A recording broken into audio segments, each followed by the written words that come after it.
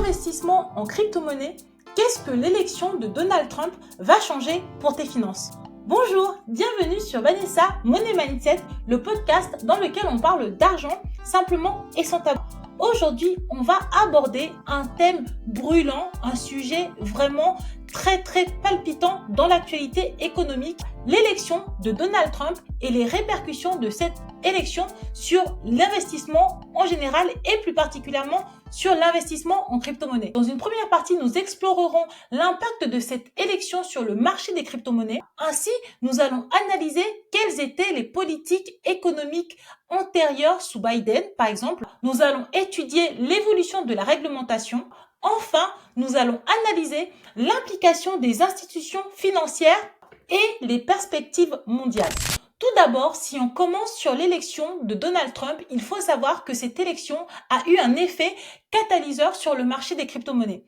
Depuis la victoire de Donald Trump, eh bien c'est simple, le Bitcoin commence à flirter avec les 100 000 $. Alors qu'il y a quelques années, la valeur du Bitcoin ne dépassait pas 20 000 $. Et moi, quand j'ai connu le Bitcoin, c'était en dessous de 2 000 $. Alors que nous sortons d'une période durant laquelle le Bitcoin a vu sa valeur pas mal bouger et évoluer, depuis l'élection de Donald Trump, on remarque donc que le Bitcoin et les crypto-monnaies en général sont repartis à la hausse. Mais alors, qu'est-ce qui explique cette hausse?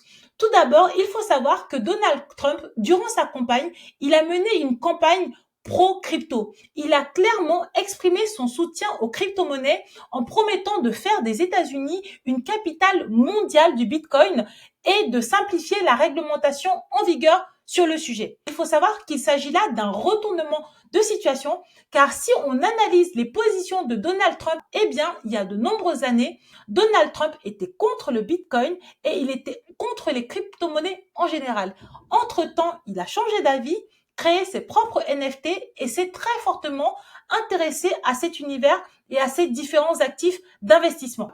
Depuis son élection, les investisseurs s'attendent à ce que l'administration Trump adopte une politique gouvernementale pro-crypto et que ce gouvernement assouplisse les régulations et facilite l'innovation dans le secteur. Suite à ces différentes attentes, il est donc complètement normal que suite à l'élection de Donald Trump, les marchés financiers se soient envolés à la hausse et aient réagi positivement avec une forte hausse des actions et des crypto-monnaies, reflétant ainsi le positivisme et l'enthousiasme des investisseurs.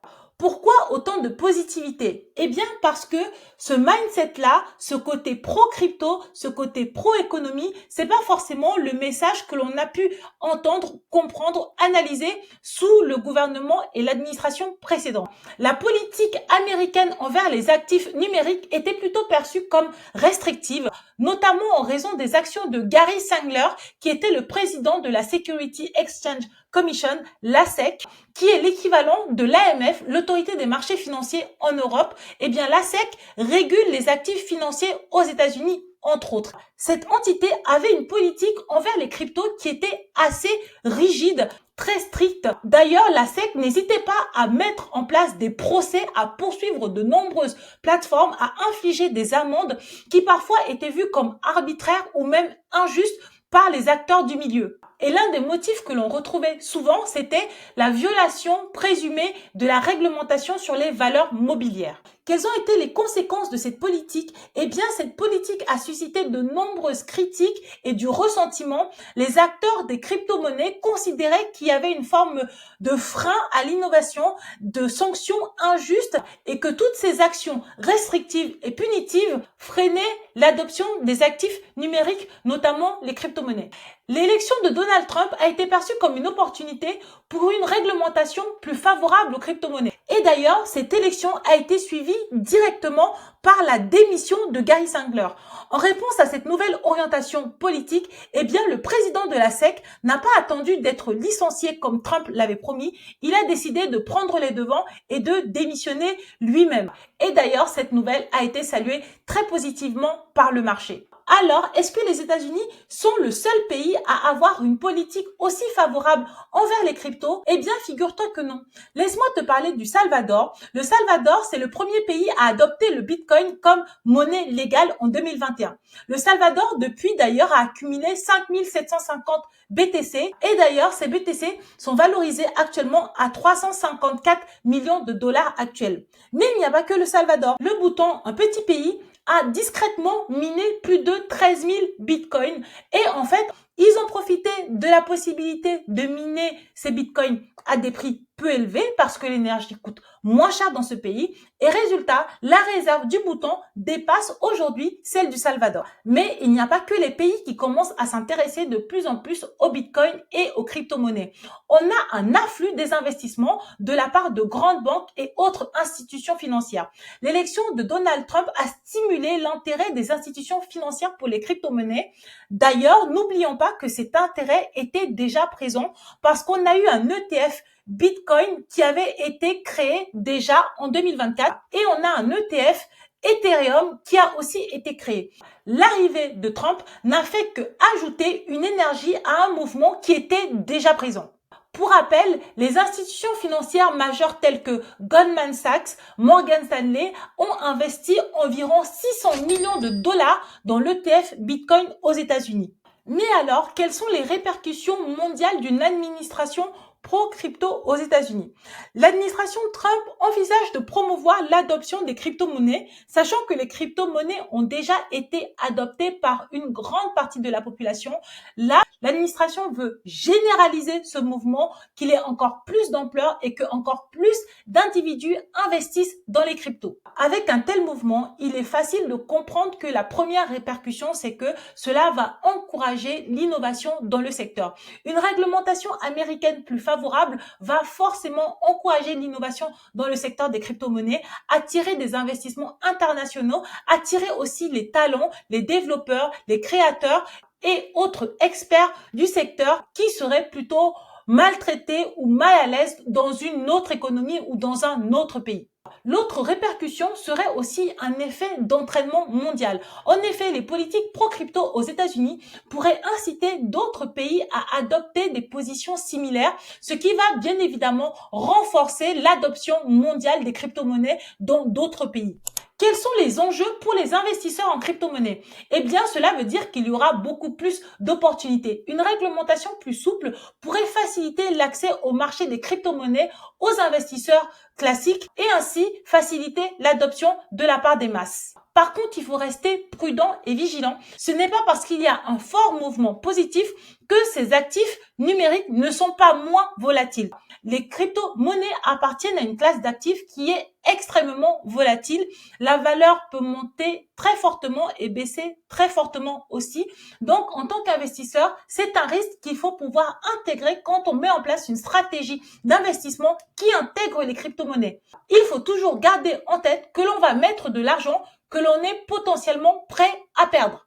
Parce que c'est ce qui peut se passer. Cela me donne donc l'opportunité de toujours t'inciter à continuer à diversifier ton portefeuille et de ne pas mettre tous tes actifs ou tous tes œufs dans le même panier. Maintenant que nous avons vu les enjeux de l'élection de Donald Trump sur les crypto-monnaies, je vais te partager mon avis sur cette classe d'actifs et un petit peu mon parcours. Personnellement, j'ai fait mes premiers investissements en crypto-monnaie, c'était un petit peu d'Ethereum et j'avais dû tout vendre quand j'ai acheté mon second appartement en 2019. J'avais besoin de liquidité, cela faisait partie de mon apport. Je suis revenue dans l'univers des crypto-monnaies en 2021. À l'époque, on était en plein bull run. J'avais à nouveau investi dans du Bitcoin, dans de l'Ethereum et dans beaucoup d'autres altcoins. Pendant cette période, il y avait une forte effervescence. Il y avait des cryptos, des NFT, ça pumpait de partout. J'avais investi dans beaucoup de projets et d'ailleurs, j'ai perdu pas mal d'argent.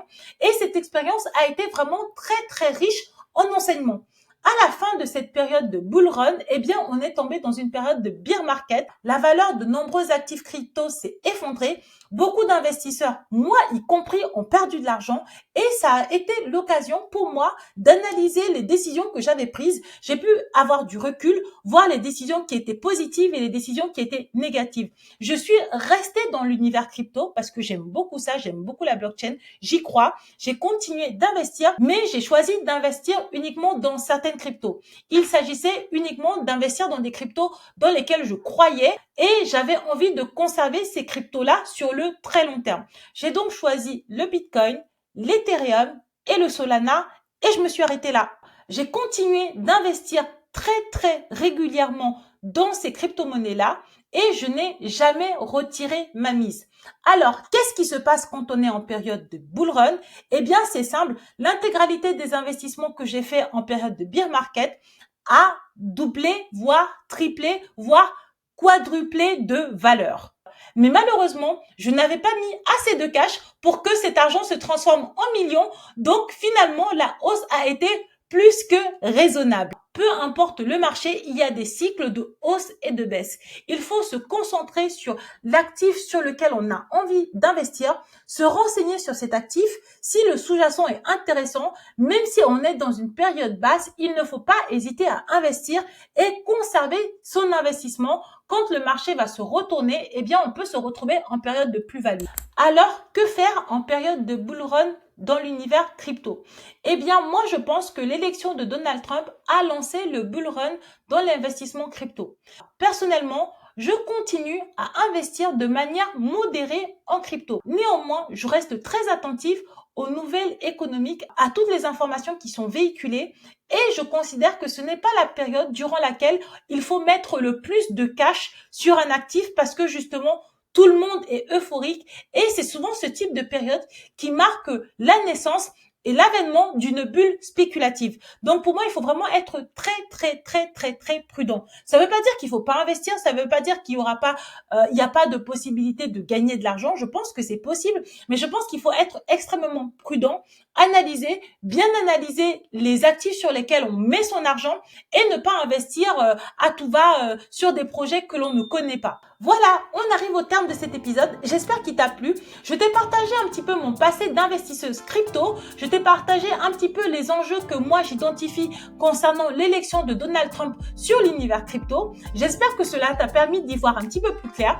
Si tu es investisseuse crypto, n'hésite pas à me donner ton avis dans les commentaires. En attendant, je te laisse là ma money girl préférée. Je te fais plein de bisous et je te dis à mardi prochain. Bye bye!